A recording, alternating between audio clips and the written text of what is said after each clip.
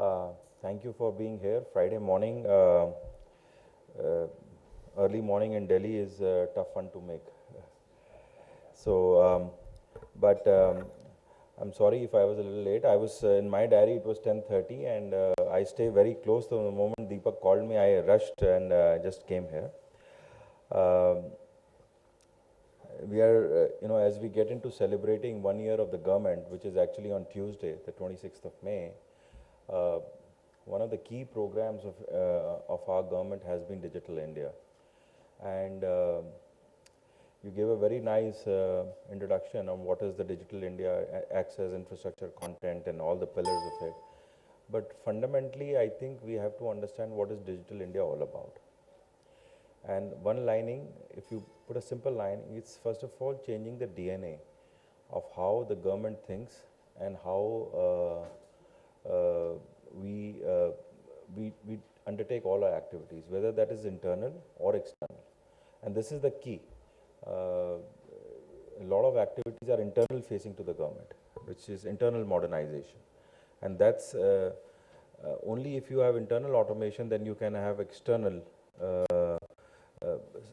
SLAs and service deliveries. If you don't have documentation inside, you can't process it outside. So very important aspect of it is changing the DNA of the government. And two is really using digital as an empowerment tool to invert the power pyramid. What does that mean? And that's a very big thing. Actually, to me, that's a very, very big thing. Changing the DNA and inverting the pyramid means anybody at the bottom of the pyramid can compete with anybody else at the top of the pyramid, as long as you have digital empowerment. See, we have had this world of digital haves and have-nots for a very, very long time. And what we have seen is throughout the world, and absolutely more in India, that the quest for information, the need to get information in time is the same worldwide. There is no difference in the quest for information. The quest for information is all the same. But we fail them by not providing them the infrastructure and the access, right? So, and that is the key. So if you provide them infrastructure, access, connectivity at the bottom of the pyramid, they have the power to compete with the best in the world. I'll give you a small example. And there are so many examples from last 365 days, but I'll give you one example which is like day before yesterday. One of the state governments enabled a lot of Laghu Udyogs, those micro entrepreneurs, the small entrepreneurs, to sell their local handicraft trade, whatever they make. And so far they have been selling that to an intermediary. The intermediary sells to one of the consolidators, and then that consolidator probably sells it to the state emporiums. There are two people in the value chain in between which don't add any value. Absolutely no value. What we have done is now two things. First of all, the state government has tied up with one of the largest e-commerce players in the world. Sell directly there. Open their shop there and sell directly there. Of course, the consumer gets the access. They are able to not only sell in a small state, but their market becomes absolutely national, number one. Number two, they're able to get a better realization on their product. And what they tell me is their product realization is more than 60 to 70% more than what it was before. Same product, same effort, they're getting 70% more out of it. The consumers one is they're getting more per product. Secondly, they are getting a much larger consumer base. So they are able to sell a lot more inventory than they ever imagined. That is real digital empowerment. He or she is able to compete with any other shop maker in Delhi, Bangalore, Patna, Lucknow, and he was totally being deprived of that opportunity because he was not connected. So a simple connection, teaching a little bit of digital literacy, saying this is how you take the photograph of your product, this is how you upload it. It goes into a portal of the e-commerce site. You've just enabled this person.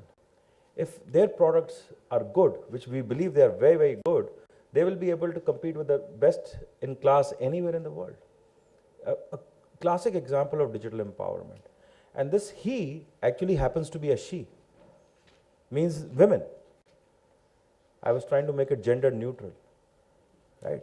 This is the real empowerment, and how they're using a simple mobile phone to upload their goods, just a little bit of digital literacy, connectivity, and sell globally. So make locally, sell globally. That is what is changing the DNA all about, you know. And this person has now started receiving payments online, because that's how payments happen, mostly online, right? So they started, they of course needed a bank account. They needed we ensured they are in the banking system. So all things about financial inclusion came into play. They are learning about 20 other products. It's not that they're only selling online. Now they started buying online also, right? So if you see the upward movement of this digitally unconnected person, his or her quest, a desire to sell online, to compete with the best in the world, was as much there as anybody else in India or Delhi or anywhere else. But we were depriving them of that opportunity because they were not connecting. So number one is connectivity. Number two is to provide opportunities. So take content, give them in local languages, create digital literacy. We will leapfrog this whole literacy bandwagon.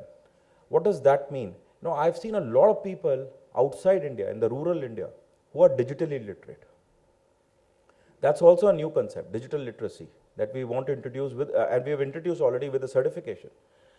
Digital literacy is so interesting that people probably don't know how to type or write long letters, but they know how to use basic things. And we want to define, and we seek everybody's suggestions in that, because you are the expert community here. What should be the 5 easy tasks that a person should be able to perform to qualify as digitally literate, right? To me, it's as simple. If somebody can install a new application on a Play Store on their Android phone, I think they're more digitally literate than they should be. It's fairly, you have to have a login name, so that means you create an email ID for if you want to log into Google Play Store, and then you need to know how to search in that app for that application, and then download it. So if you've done this 4 or 5 steps, I think you're smart enough to be able to use a smartphone very, very well. Similarly, have criteria for everything and create very simple tests for digital literacy. Because digital literacy is going to be very different and leapfrog opportunity from the traditional definition of literacy. And we are seeing that. And make it in local languages. Make all this literacy tests in local languages. You'll see far more people passing these tests than just remaining in the confines of the English language, or even for that matter, Hindi. So it's a very, Digital India is, and I hear it from the top industry people, top academic policy makers, it's a program that is stringing a lot of pearls, a program that is bringing together the vision of the government. It's the backbone of the government. It is a program that is a comprehensive vision. It's not a piecemeal approach to digitization, to governance. It's something that is very, very critical to us, both internally, to make our internal functioning of maximum governance, which is one of the slogans of the government, really take place, and of course, outreach, to communicate the way we communicate. Thirdly, to enable and empower people in all sorts of India, which means rural India, urban India, young India, aspirational India, help India innovate and compete with the best in the world. So all these things tie up with the Digital India program. And of course, my friends are here from the railways, the MTNLs, the BSNLs, the telecom providers, the ISPs. Everybody has to contribute to make the connectivity happen. That will become like a given after some time. Infrastructure will be real and should be a given. Like we assume certain things, I think that is what we should start assuming, that the infrastructure is given, and then everybody starts building content, applications, usage on top of it. And that's the vision of Digital India. We don't debate what should be the definition of bandwidth every 2 years. certain things should happen because there is competitive pressures in market. People should, today we have bandwidth definitions from 256 increase to 512, I think. Am I right in saying that, sir? We are thinking already of 2 Mbps next year. And I'm not going to ridicule that at all, because that's currently the state of affairs of India. That's something that we are fighting with that. But we vision a digital India that is not a debating point. That becomes out of debate. That is not a thing that we discuss. Infrastructure and bandwidth is on demand. A lot of related discussions have happened over the last 1 year: free, open, transparent internet, net neutrality. And I will leave that to specialized sessions. But I just wanted to give a very high overview that this is a very critical program of the government. It is not a piecemeal approach. It's a very comprehensive approach of solving problems, of societal problems of India. It's a program that ties a lot of schemes together, whether they are smart cities, Make in India, they're all connected at the backbone to Digital India. And it's a program that I think empowers everyone equally in India. It's a game changer. Being a digital person, I can tell you it's a game changer, and it's something that we owe to making India a developed and a competitive economy globally. With that, I will rest and enjoy the rest of the day. We have next 4 or 5 days for the government are very, very important in communicating what we have done. You will see the equal amount of presence on Digital India in communicating the achievements of the 365 days we have been in power. I want to finish with this audience at least by saying that the government has just started its 1 year of governance, 4 years still to go in this mandate. We believe we have a longer journey ahead of us after that. But so out of the 1825 days of mandate that we got, we've just finished 365. So long ways to go.